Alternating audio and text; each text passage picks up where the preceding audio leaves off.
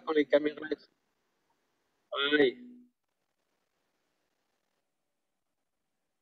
Ma Corée. Ah, ma Corée. Oh, Oula, ma Corée, po. on a perdu. Ai, ai, não, Corée. Ma Corée, mais non, mais l'air, po. Non, on a perdu Fredo. Sarah, tu veux que je commence? Bah oui, enfin juste on a perdu Fredo, je ne sais pas où il est. Après la capitale du Charente, on aura la capitale d'Israël. C'est bon, il est là. Ouais, c'est les inconvénients de la Honneur aux jeunes. Ok, je vous dis la vérité, c'est beaucoup plus sympa quand les caméras sont ouvertes, on voit avec qui on parle. Quand la cavole a été vide, j'ai vu que Léon aussi l'avait ouvert, mais bon, comme vous le sentez. Et bonsoir tout le monde. Donc j'ai que 5 à 10 minutes pour vous présenter Natania, qui a une histoire riche au niveau d'intégration. Donc Natania, comme vous le savez, c'est une ville balnéaire qui est jumelée avec beaucoup de villes, entre autres avec Nice de France. Nous avons 250 000 habitants, dont on déploie à peu près aujourd'hui 20 000 francophones. Olim Khadashim, on ne va pas dire francophone, on va dire Olim Khadashim. C'est une ville qui dément 30% de sa population est Olé Khadash, du monde entier, essentiellement de l'ancienne URSS. Il y a une grande communauté aussi d'Éthiopiens. Et à l'ULPAM même, nous avons plus d'une vingtaine de nationalités, d'Amérique du Sud, d'Amérique du Nord, d'Afrique. Donc, nous sommes multinationaux. Donc, je ne sais pas si vous savez exactement quels sont nos rôles à nous, à la mairie. Nous sommes des chefs de projet et nous travaillons en collaboration avec les mairies et le ministère de l'Intégration. Nous sommes en place pour vous faciliter l'intégration. Nous vous accompagnons dans vos premières démarches dans un premier temps. Et puis ensuite, tous les cas où vous pouvez avoir besoin d'un correspondant de la mairie francophone, nous pouvons vous aider. Notre tâche essentielle, elle se divise sur 3 plans, essentiellement sur l'éducation, donc tout ce qui est l'accompagnement dans les écoles et la scolarité des enfants, aussi bien que l'ULPAN des adultes. En deuxième plan, l'emploi, afin de vous faire une recherche d'emploi, équivalence de diplôme, entre autres, et ouverture de société et accompagnement. Et le troisième domaine, le troisième volet, c'est tout ce qui est la culture, le fossé culturel qui est entre la France et Israël, par différentes activités et événements que nous créons dans nos villes. Et voilà, c'est un petit peu pour vous décrire notre fonction au sein de la mairie. Natania, nous avons un ULPAN central. L'avantage de l'ULPAN central de Natania par rapport aux autres villes, je pense, c'est que nous avons chaque mois, nous avons des sessions qui s'ouvrent, une classe d'ULPAN qui s'ouvre pour les adultes. Et nous avons 3 sociétés qui font l'ULPAN en privé. Vous pouvez commencer ou l'un ou l'autre. Vous connaissez bien évidemment tous vos droits des 500 heures sur l'ULPAN municipal, ça c'est dans toutes les villes, plus l'ULPAN privé en fonction du cadre dans lequel vous étudiez, si c'est 4, 6 ou 8 personnes. Et ça c'est dans un premier temps. Nous avons également dans les écoles un accompagnement scolaire et un accompagnement émotionnel également avec des psychologues qui parlent français et des coordinateurs qui sont dans les écoles. Et nous avons des représentants avec qui travaillent avec moi en collaboration pour tout ce qui est l'emploi au niveau des CV, recherche d'emploi, ouverture de société. Et nous avons à Natania des délégués au ministère de l'Intégration qui parlent français. Nous avons 3 représentantes dans différents domaines. Donc, vous voyez que l'intégration est assez facilitée pour vous. Maintenant, beaucoup de gens nous disent oui, mais à Natania, on ne parle que le français. Encore une fois, on n'est même pas 20% de la population. c'est à vous à faire le choix. Est-ce que vous voulez vivre dans la bulle francophone? Ça, c'est très possible puisque nous avons les boulangeries, les boucheries, les marchés, tout ce que vous voulez en français. On a aussi en hébreu. C'est à vous à faire le choix et à savoir quel genre d'Aliyah vous voulez faire. C'est un grand débat au niveau du ministère de l'intégration. Est-ce qu'il faut faire une intégration sectaire ou une intégration intégrale, c'est-à-dire au sein de la société israélienne? Ça dépend. Il y a beaucoup d'éléments qui rentrent en jeu, les âges des enfants, la profession, l'âge des parents. Ça se fait un petit peu à la carte. Chacun a un cas particulier. Et voilà. Bien évidemment que nous avons aussi énormément d'activités extrascolaires qui sont prises en charge, entre autres, par un programme ministériel et en collaboration avec Qualita pour les activités extrascolaires des enfants. Vous avez des remises. Qu'est-ce qu'on peut dire d'autre? Voilà, je pense qu'on a fait le tour de la question au niveau de l'intégration. Que vous sachiez que vous avez toujours quelqu'un à votre écoute. Aujourd'hui, la mairie de Netanya, c'est tout nouveau. Il n'y a pas plus nouveau que ce que je peux vous dire aujourd'hui, puisque ça s'ouvre aujourd'hui. On a un centre d'appel en français à Netanya où vous pouvez également venir physiquement pour remplir les documents, pour vous répondre et vous accompagner dans tout ce qui est démarche administrative. Voilà. Donc, je vous souhaite Be'atzlacha. Encore une fois, ne réfléchissez pas trop à faire ou pas l'Aliyah, parce que c'est des choses que par la suite, une fois qu'on est là, au bout de 2 ans ou 3 ans, qu'on regrette de ne pas avoir fait plus tôt. Donc, jetez-vous à l'eau. C'est sûr que c'est un vrai challenge. C'est sûr que c'est pas facile pour tout le monde, mais on a besoin de vous. On est en train d'écrire une grande page de l'histoire du peuple juif et on vous attend tous ici en Israël. Zach, merci beaucoup. Si tu peux mettre tes coordonnées dans le chat, comme ça, si les gens ils ont des questions. Et on va passer. Vous tapez Fredo Pachter sur Google et vous m'avez tout dit. Exactement. On va passer à Edwige, c'est ça? Yalla, Jérusalem. Okay. Alors bonjour, comme Fredo, je suis responsable des nouveaux immigrants à la mairie de Jérusalem. Et je ne vais pas revenir sur tout ce qui a été dit, je vais juste essayer d'évoquer les particularités de la ville de Jérusalem. Jérusalem est une ville qui, en termes d'intégration, offre énormément de possibilités. On va commencer du plus petit au plus grand, ça veut dire qu'on va parler d'intégration scolaire. La ville de Jérusalem étant très grande et très étendue, il y a un choix énorme de structures scolaires et surtout il y a un accompagnement dans l'intégration des enfants qui est à la fois au niveau municipal, mais aussi chaque école se sent responsable de l'intégration des enfants. Et donc, on essaye, en collaboration avec les écoles, de donner des heures d'ulpan, des accompagnements scolaires, de l'aide aux devoirs, etc., etc.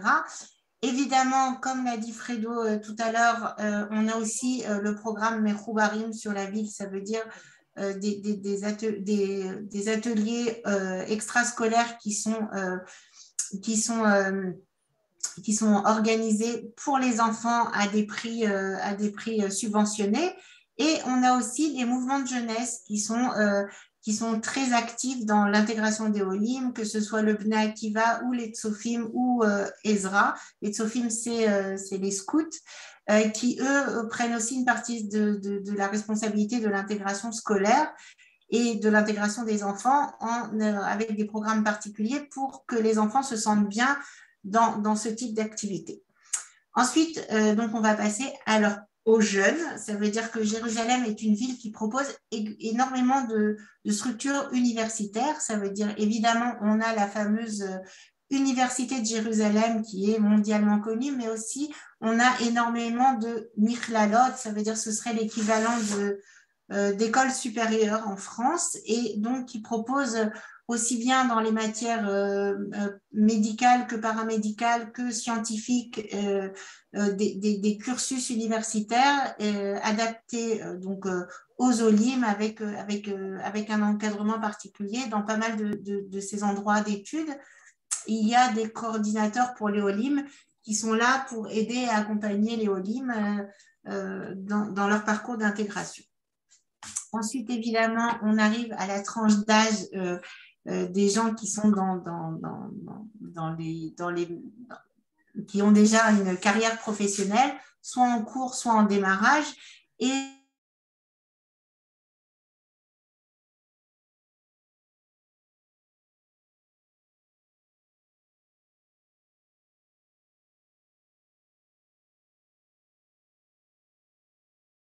informatique, etc.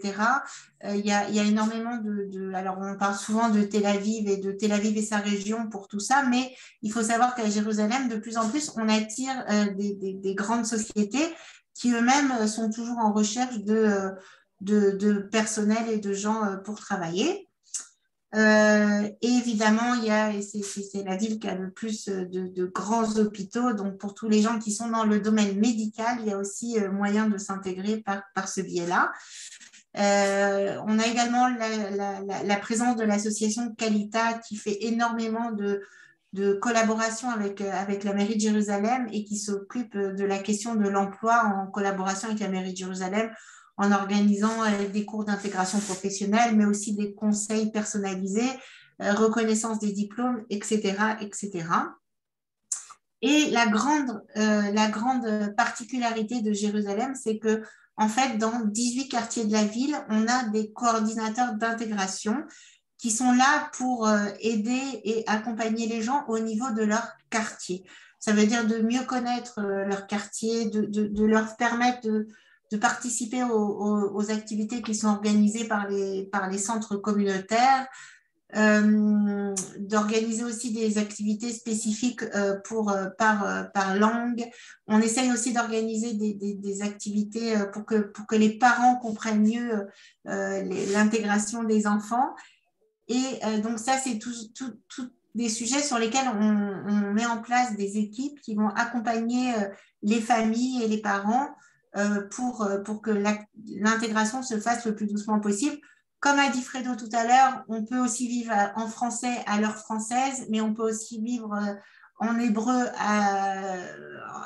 avec les Israéliens, et aussi on peut vivre de manière hybride, ça veut dire d'avoir une vie professionnelle et scolaire pour les enfants avec des Israéliens, et puis participer à des activités francophones. C'est un des grands avantages de la ville de Jérusalem. Évidemment, on est un peu post-corona, mais on sent que ça redémarre. Les activités, les festivals, les musées ont réouvert, les concerts ont lieu.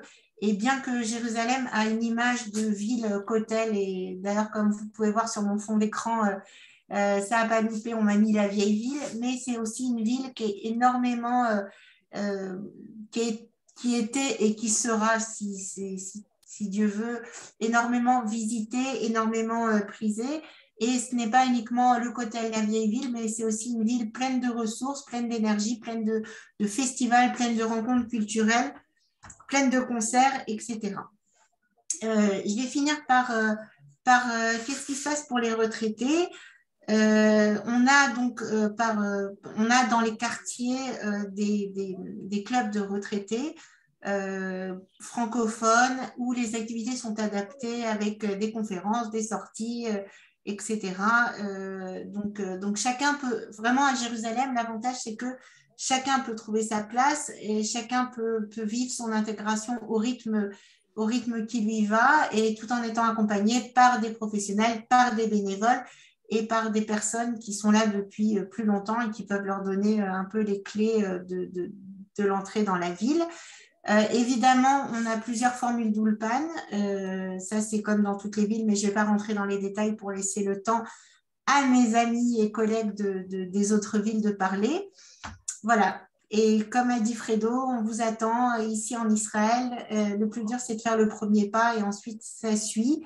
Et comme le dit le slogan que la mairie a choisi, il fait bon vivre à Jérusalem. Voilà. J'ai essayé de ne pas dépasser le temps. Je laisse la parole à Stéphane. S'il y a des questions, vous pouvez les mettre dans le chat.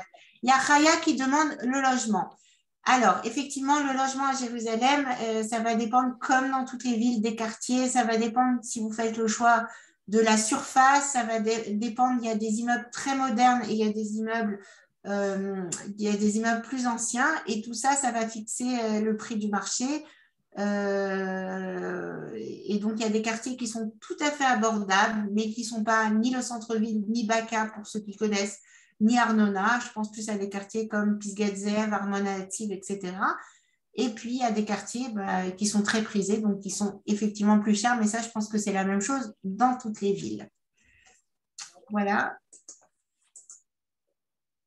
Je vous mets mon adresse dans le chat et les références du site de la mairie de Jérusalem qui est en français puisque la politique de la ville est vraiment de faire le maximum pour que les Olim soient accueillis le mieux possible. Voilà. Merci pour votre intervention. De rien. Merci. Merci beaucoup, Edwige. Stéphane, tu peux y aller. Ok, bonjour à tous et j'espère d'abord qu'on va bientôt tous vous voir parmi nous, peu importe où en Israël. Le principal, c'est de faire son alia. Maintenant que vous veniez évidemment sur Tel Aviv, ça sera la cerise sur le gâteau. Donc, évidemment, tout le monde connaît Tel Aviv. Aujourd'hui, Tel Aviv est devenue la première ville d'intégration en Israël, ex aequo d'ailleurs avec Jérusalem. Pas la première pour les francophones, elle est en 3e place pour les francophones, mais c'est la première ville pour toutes les nationalités confondues. Et tout ça n'est pas un secret. Tout ça, évidemment, a derrière une véritable volonté de vouloir intégrer ces nouveaux immigrants au sein de la ville. Aujourd'hui, il faut savoir que sur une population de plus de 400 000 habitants, 13% de la population, c'est une population de nouveaux immigrants. Il y a plus de 50 000 Olim, plus ou moins, je dirais, neufs ou anciens, hein, qui viennent de pays aujourd'hui francophones. Et je dirais, c'est aussi la ville qu'on appelle la ville Lelo Hafsaka, la ville sans interruption. C'est une ville qui n'arrête pas de vivre.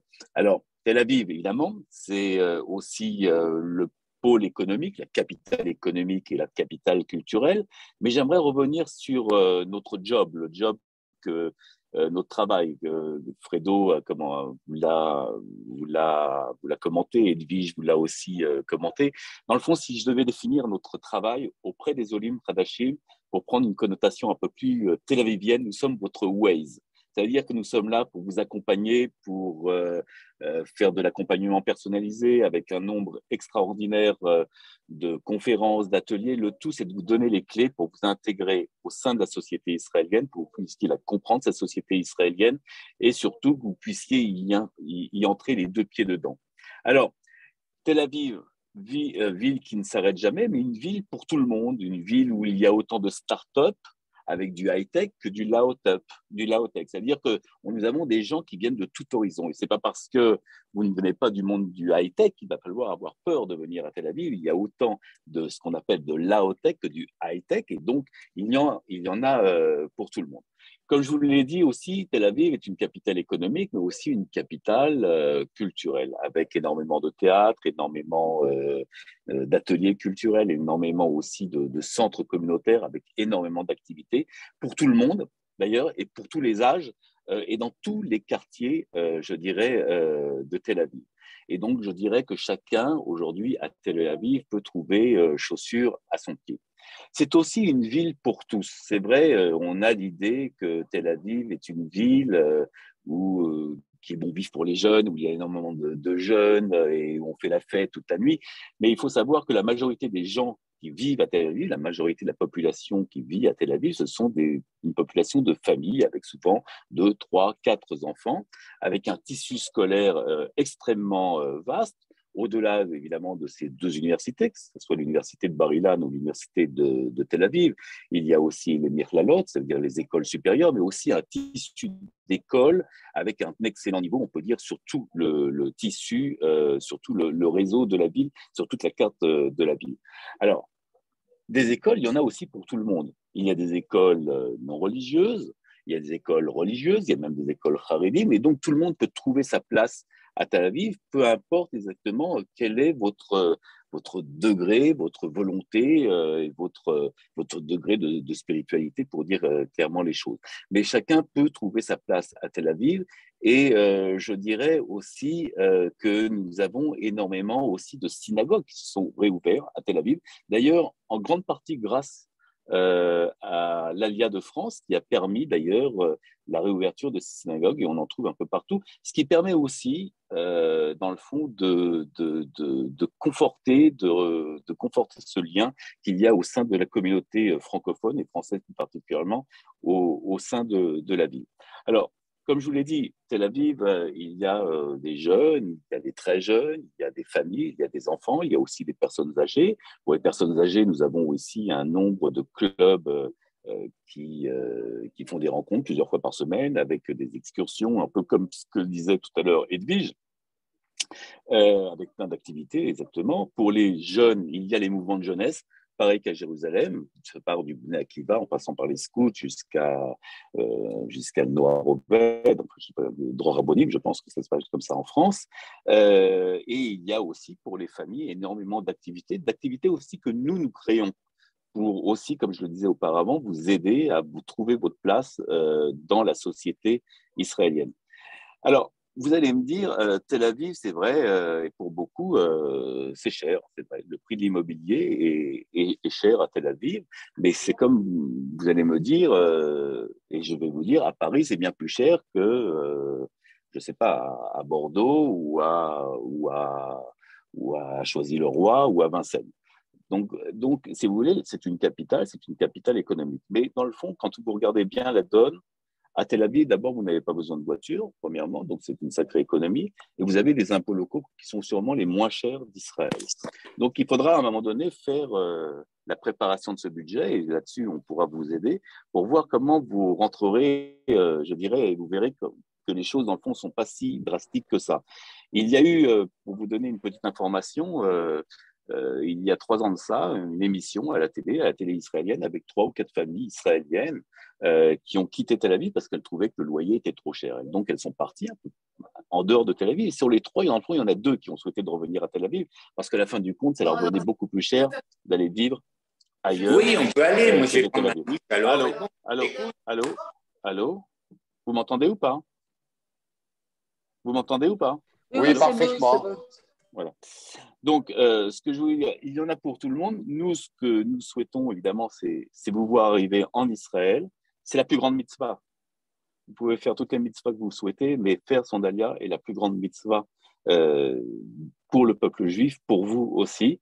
Ici, on vous attend les bras ouverts, peu importe où, que ce soit à Tel Aviv, à Jérusalem, à Natania, à Ashdod, peu importe. Le principal, c'est de faire votre Avia en Israël. Si vous arrivez à Tel Aviv, on est toute une équipe qui sera présente pour vous accueillir, pour vous accompagner, pour vous tenir la main et pour vous aider à trouver votre place dans la société israélienne. Où êtes-vous joignable à Tel Aviv? Alors, je vais vous mettre tous mes coordonnées là sur le chat. J'ai un numéro de téléphone, j'ai une adresse. Nos bureaux se situent au 14 rue Balfour. C'est une annexe de la mairie de Tel Aviv. C'est juste à côté du Chouk à Carmel, pour ceux qui le connaissent. Mais je vais vous mettre mes coordonnées, mon mail, etc. Notre page Facebook, on a une page Facebook qui s'appelle Olim francophone de Tel Aviv. Et je vous invite à cliquer dessus et vous verrez toutes nos activités que nous faisons tout au cours de l'année.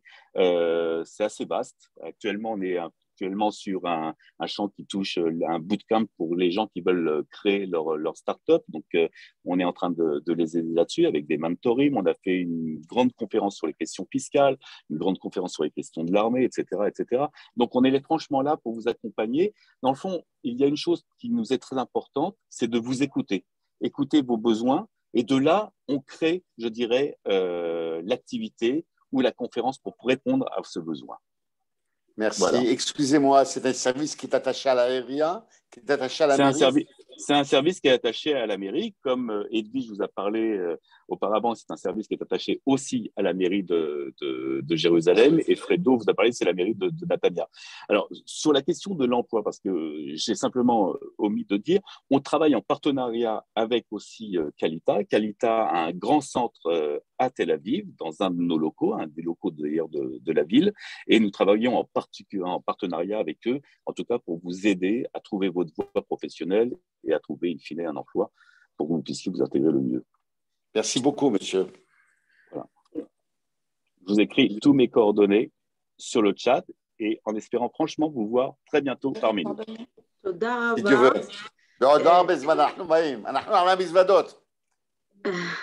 Toda Rabba. On est censé avoir Maayan de Nof Galil avec nous. Bon, elle va se connecter dans 1 minute ou 2. Je vois qu'on a Karine et Karine de Batiam et de Modine. Juste, votre Zoom, il commence à 17h heure française. Donc, Nbaya, que vous soyez là juste à 17h. On commence. Et voilà, on aura normalement Nof Galil qui est censé se connecter aussi, vous parler en attendant. Comment il s'appelle là? Je sais pas. On peut sortir. Là, c'est marqué quoi là? C'est Edwige, ça. Pardon, Oui, j'ai pas entendu la question. J'ai une question j'étais au téléphone. j'ai une question par rapport à Tel Aviv, s'il vous plaît. Allô? Oui, Daniel. J'ai une question. À Tel Aviv, Jaffa, on appelle, Jaffa, à Yafo, ou en bordure de Tel Aviv, est-ce qu'on peut trouver des appartements pas chers, des petites maisons de village, des petites maisons arabes, des petites maisons à refaire, à retaper, ce genre de choses pour pas trop cher? C'est-à-dire, en gros, maximum 500 000 shekels, quoi. Alors, j'arrête parce que c'est pas du tout la plateforme ici pour parler de ça. Ici, c'est les villes qui se présentent. Si vous avez des questions. Qui se présentent. Voilà, non, parce que c'est le monsieur qui présentait Tel Aviv, c'était à lui que je posais la question. Il n'y a pas de problème. Si vous avez des questions personnelles, vous pouvez les adresser aux représentants. Ils vont laisser leurs coordonnées dans le chat. Ouais. Ici, voilà, c'est pas pour ça qu'il y a ce Zoom. Excusez-moi. C'est pas grave. Merci. Alors, attendez 1 minute.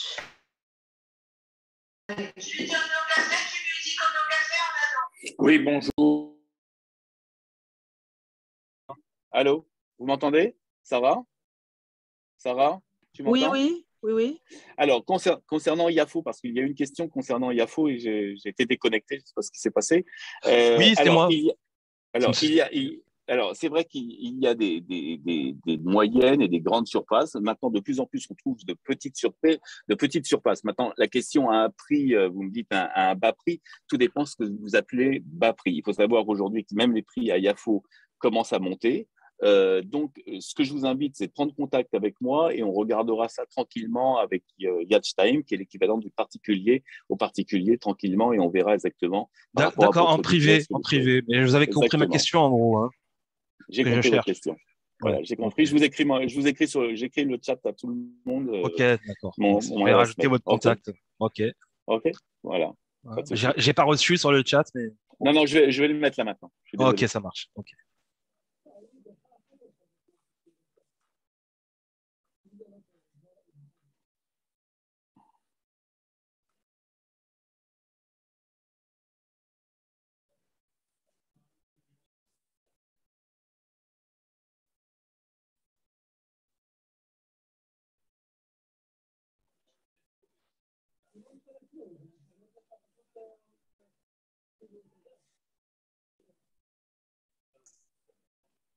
Juste, puisqu'il n'y a pas trop de questions, juste un petit conseil aux futurs Olim. Ça veut dire là, on vous a présenté 3 villes qui ont chacune leur spécificité, avec chacune un encadrement différent.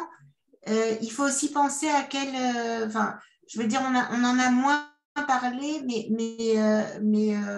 il y a aussi souvent, il y a une question qui revient, en tout cas qui est revenue dans les rendez-vous que j'ai eu aujourd'hui. Ça veut dire au niveau de l'adaptation climatique et de ce qui se passe au niveau des températures, etc. Donc, juste un petit point, Israël est un pays chaud, ça, ce n'est pas une grande surprise. Donc, il fait très chaud en été. Par exemple, des villes comme Tel Aviv et Netanya et toute la côte, ce sont des villes balnéaires, donc avec un fort taux d'humidité, en tout cas dans les 2 mois d'été, mais bon, c'est agréable de vivre au bord de la mer. Une ville comme Jérusalem, c'est un climat beaucoup plus sec, aussi très très chaud en été, mais le soir, on a des bonnes soirées fraîches à Jérusalem et un hiver très très froid, évidemment, puisqu'on est à quand même entre 800 et 900 mètres d'altitude. Donc ça aussi, c'est des questions qui sont revenues. Donc, il faut aussi se poser ces questions. Ça veut dire de quel climat vous avez envie. Je sais que de manière automatique, les gens qui viennent du bord de la mer, c'est quelque chose qu'ils ont envie de retrouver. Les gens qui ont l'habitude de la ville, c'est quelque chose qu'ils ont envie de retrouver. Donc, ça fait partie aussi des questions que vous devez vous poser dans le choix des villes et dans le choix de votre lieu d'habitation. Toda Rabba, on va finir pour maintenant prendre une petite pause jusqu'à 17h. À 17h, on recommence avec Bat-Yam, Modine, normalement Hadera, Nof Galil et Tibériade. Donc, on vous revoit à... Est-ce qu'on peut poser une question, s'il vous plaît? Oui, vous pouvez poser une question. Mayan, c'est Mayan. Moi, je voudrais... Ok, très bien. J'aimerais... Oui. Alors, oui, allez-y. J'aimerais poser une question à tous les participants. En tant qu'Olim, est-ce que dans les villes principales, Jérusalem, Tel Aviv, Bat-Yam, etc., est-ce qu'il y a un programme, est-ce que comme en France, il y a des logements sociaux? Est-ce qu'on a la possibilité d'avoir un logement social? Est-ce que, sans être les Arabes de France, dans les logements sociaux? Voilà ce que je veux dire. Alors, parler du logement, c'est important parce que c'est la moitié du budget quand on va s'installer. Alors, est-ce qu'on peut penser, est-ce qu'il y a une possibilité des mairies, des différentes villes, pour l'accession à un logement social de 60 mètres carrés, par exemple? Est-ce que l'un de vous a une réponse vite fait qui peut répondre pour toutes les villes? Moi, j'ai une réponse, moi, en tout cas, j'ai une réponse. concernant Tel Aviv. Pardon. Allô? Mayan, une minute. Mayan, une minute. D'accord, et puis il n'y a après, pas de problème. Voilà. Ouais, Stéphane. Nous, on a une réponse concernant Tel Aviv. C'est vrai qu'il n'y a pas de logements sociaux à Tel Aviv, je vous dis franchement les choses. Alors, on travaille avec les services sociaux de la mairie. C'est vrai qu'il y a des constructions dites sociales, mais il faut franchement prouver un niveau de vie très, très, très, très bas, je vous dis franchement, pour pouvoir avoir accès à ces logements. Ok. Super. Est-ce que je peux rebondir justement là-dessus par rapport à la Carmiel? Oui. Et alors, Mayan, déjà, on ne te voit pas. Et je pense que tu répondras à la question, enfin, présente la ville directe. Quoi. Ok, il n'y a pas de problème. Mais là, j'essaie de faire. Alors, d'accord, on ne me voit pas. Pourquoi on ne me voit pas? Vous ratez quelque chose, hein? Non, je rigole. Attendez, qu'est-ce qui me fait mon... Alors, c'est pas ça, c'est pas ça. C'est là. Ouais, on ne voit pas, tout à fait. Je suis d'accord. Voilà.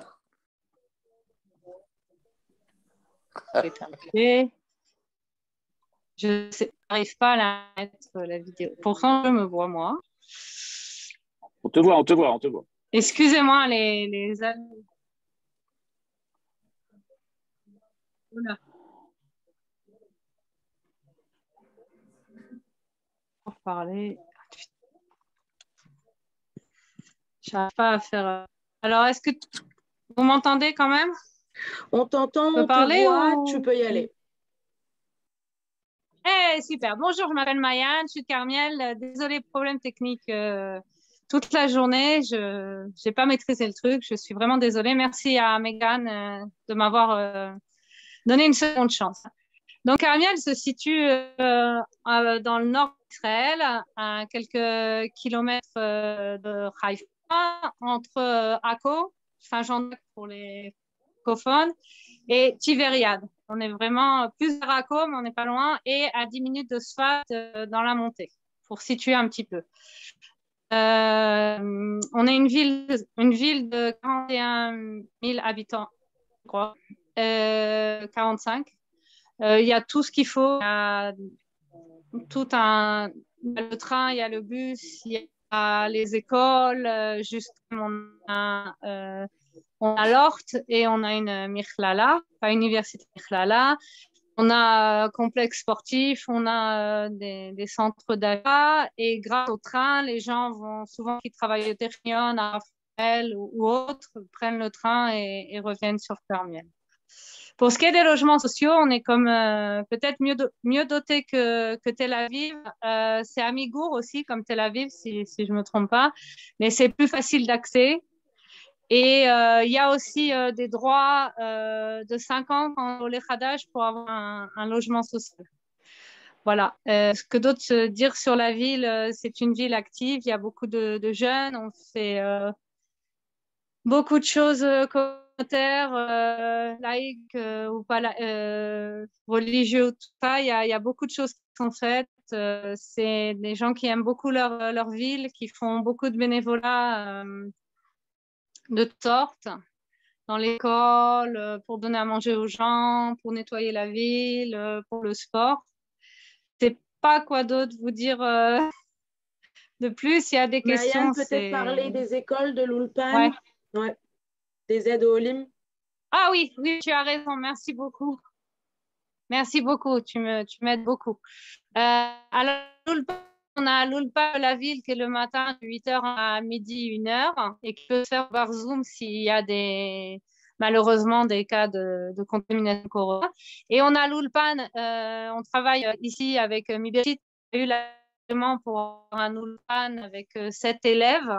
Vous savez, comme l'Ulpan Sheli, on peut faire venir l'Ulpan Sheli aussi et l'Ulpan Max aussi. Donc, c'est au choix du Olé. Il y en a un Merkaz Klita aussi pendant 6 mois et on a la chance à Carmiel d'avoir 2 appartements qui faut vraiment commander à l'avance pour 2 semaines pour avoir le temps pour un Olé de voir où il veut une location et où il veut une location. On a 4 quartiers ici à Carmiel. Il y a par exemple Makoche qui est assez riche, où c'est des villas, c'est très joli. Il y a Rabin, ça ressemble un peu au 10e arrondissement de Paris avec un peu plus de verre et de parcs. Moi où j'habite, c'est l'ancien quartier. J'aime beaucoup l'ancien, c'est pour ça. Et il y a un autre quartier c'est des villas des années 80. C'est pas mal non plus avec des immeubles.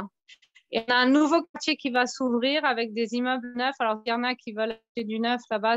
Tout est neuf, ça vient de s'ouvrir.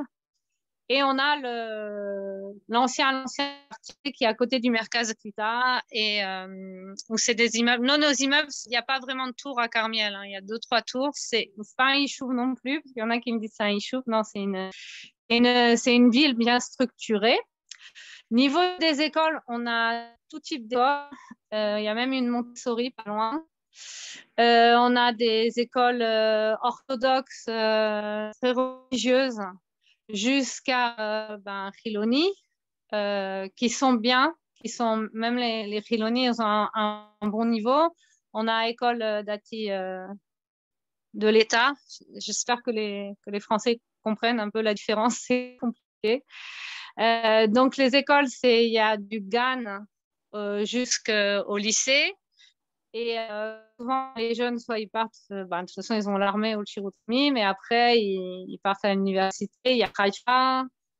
Et il y a Tiveriad aussi qui a ouvert une université il n'y a pas longtemps. Et voilà, ça, c'est le niveau des écoles. Les Mahon, il y a beaucoup, beaucoup de Mahon privés et il y a pas mal de Mahon publics aussi. Les Mahon, c'est les crèches. Niveau du travail, tout ce qui est professeur, assistante maternelle, maîtresse d'école, il y en a besoin. Il y a aussi, on a une pépinière qui s'est ouverte. Là récemment, juste après le dernier Corona. Donc, si quelqu'un est dans le high-tech qui veut ouvrir sa start-up, on a une pépinière. J'espère que tout le monde comprend un peu ce que c'est. Là, on est les start-up au début, en logement cher, internet. On a donc le lien qui c'est bien. Et il y a toutes les usines. On a tout un endroit où il y a des usines pour le textile, le plastique, qui a déjà sont concernés par ceci. L'agroalimentaire aussi est importante. On recherche aussi des gens qui veulent ouvrir du commerce. Par exemple, il nous manque magasins de vêtements féminins, on a qui veulent faire ce projet. Et de restaurants français aussi. On a un restaurant, des restaurants, mais on n'a pas de restaurant de qualité. C'est s'il y en a qui ont des idées. Voilà, s'il y a d'autres questions. Si vous avez des questions sur Carmiel, n'hésitez pas à contacter Mayan. Mayan, est-ce que tu peux mettre tes coordonnées sur le chat, s'il te plaît?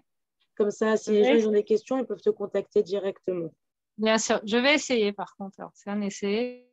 Oh, super. Donc, merci beaucoup à Mayan, à Edwige et à tout le monde. On se retrouve dans un quart d'heure pour écouter la dernière conférence avec Batiam, Modine, le Shomron, Tibériade et Tradera. À tout de suite. Merci.